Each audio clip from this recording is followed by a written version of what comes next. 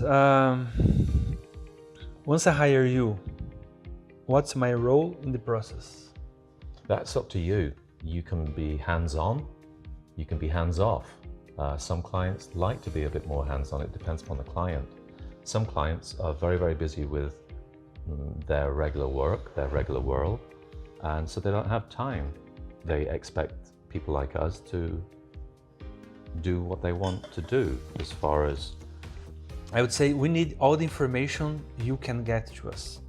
You can bring, because like once we know you, what are your wishes, what you want it, what you don't want it, definitely. Yeah. We can put all together. We're going to send we always send a checklist.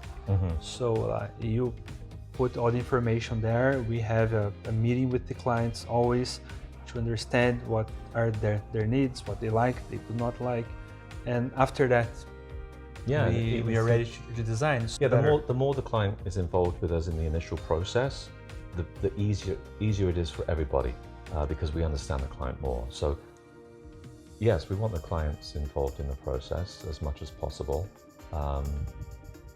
We also want a client that's passionate as we are. That's the perfect client. On having their house, their beautiful house. So if they say, I want to have the perfect house, it's us, we're going to do that for you, if you allow us to do that. We want you to have fun during the process. It can be stressful, but we definitely want you to have fun. So we take the stress out of the process and we show the fun, which is the design process and going back and forth with design.